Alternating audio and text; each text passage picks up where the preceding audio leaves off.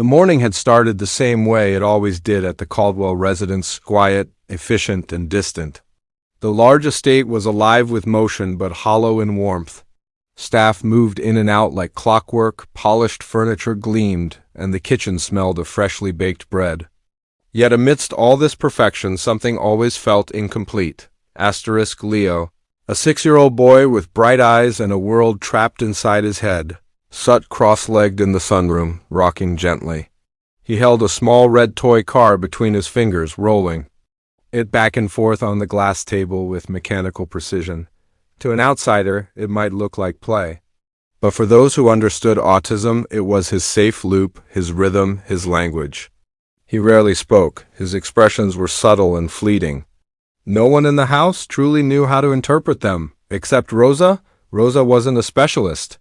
She didn't come with certifications or clinical experience. She was the cleaner, an older woman with gentle hands, soft shoes, and a quiet demeanor.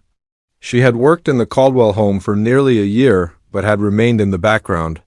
She spoke little and did her job with the kind of consistency that made her almost invisible. But Leo had noticed her ** each morning as she dusted near the window where Leo sat. She would pause for just a moment, make sure not to block his light, and hum softly to herself. Old lullabies from her childhood, tunes without words. One day, as she passed by, Leo stopped his rocking for half a second. That was the first sign, she noticed. After that, Rosa began to take her time cleaning the sunroom. Never abrupt, never in Leo's space. But she was there, humming the same tune, stacking coasters, aligning books, and occasionally glancing at Leo, not to study him, but to acknowledge him like one does with a friend sitting nearby. And day by day, Leo's rocking would slow when she entered **. The breakthrough happened on a gray, drizzly Thursday **. It was early afternoon and Ethan Caldwell had returned home unexpectedly. A business meeting had been postponed and he found himself back in his mansion earlier than planned.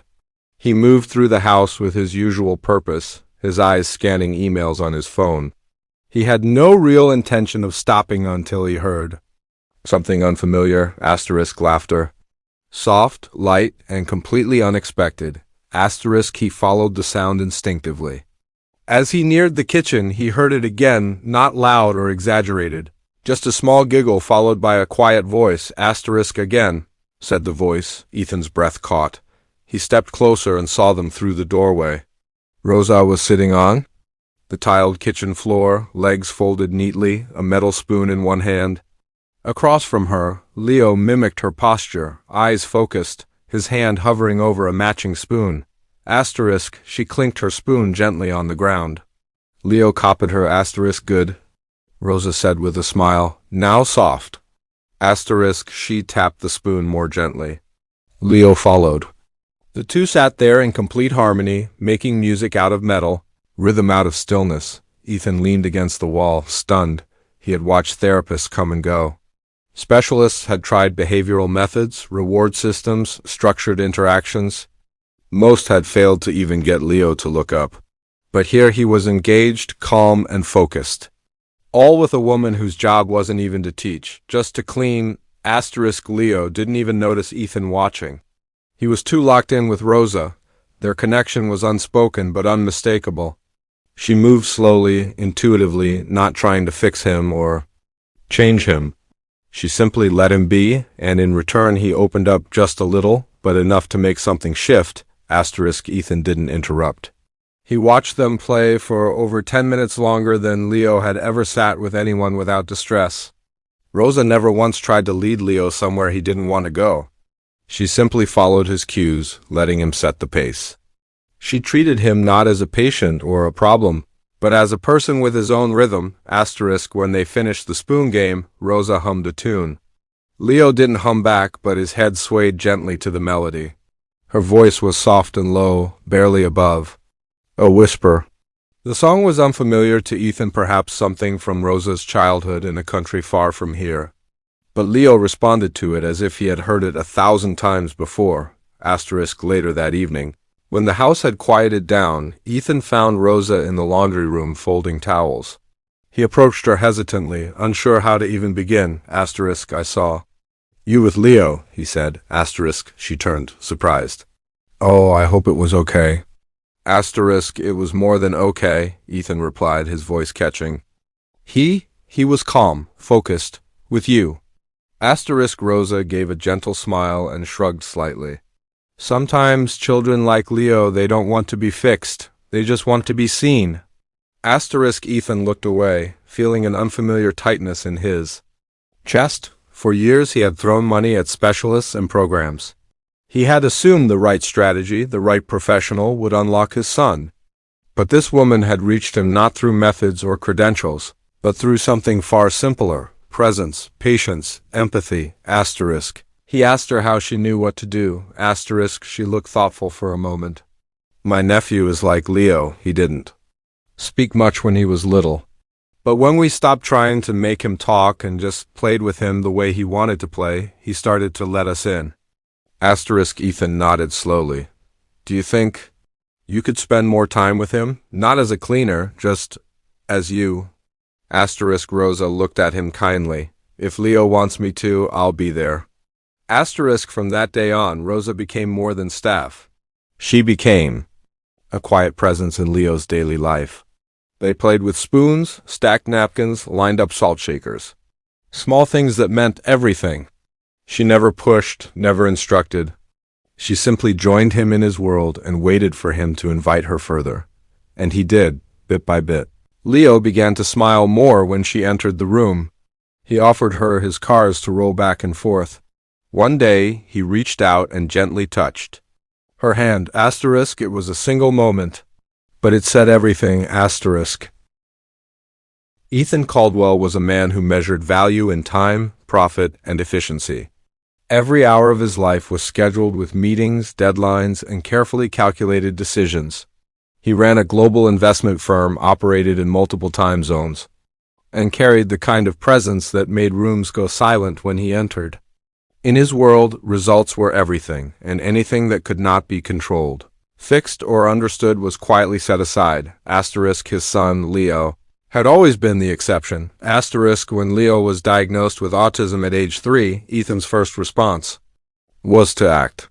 He hired experts, read reports, and demanded solutions. Therapists came and went, and progress was slow, painfully so. Leo rarely made eye contact. He screamed when touched unexpectedly.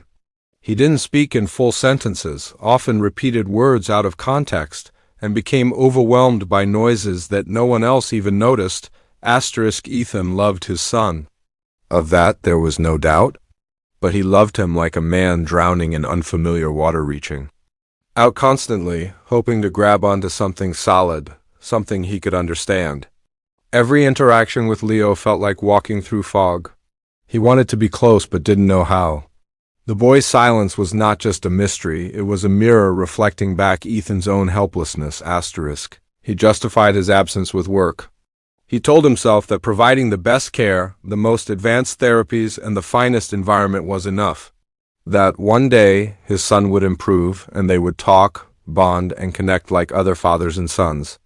Until then, he poured his energy into deals, mergers, and quarterly growth. Asterisk. Then came the afternoon when he arrived home early and saw Rosa the cleaner sitting on the floor with Leo, playing with spoons. The moment shattered his framework. Leo wasn't just calm, he was present, he was engaging, he was mimicking. Ethan stood there watching them for minutes that felt like hours. It wasn't the complexity of what they were doing that stunned him, it was the simplicity of it. Rosa wasn't trained in behavior analysis. She wasn't reading from a chart or implementing a planned strategy. She was just there, patient and responsive.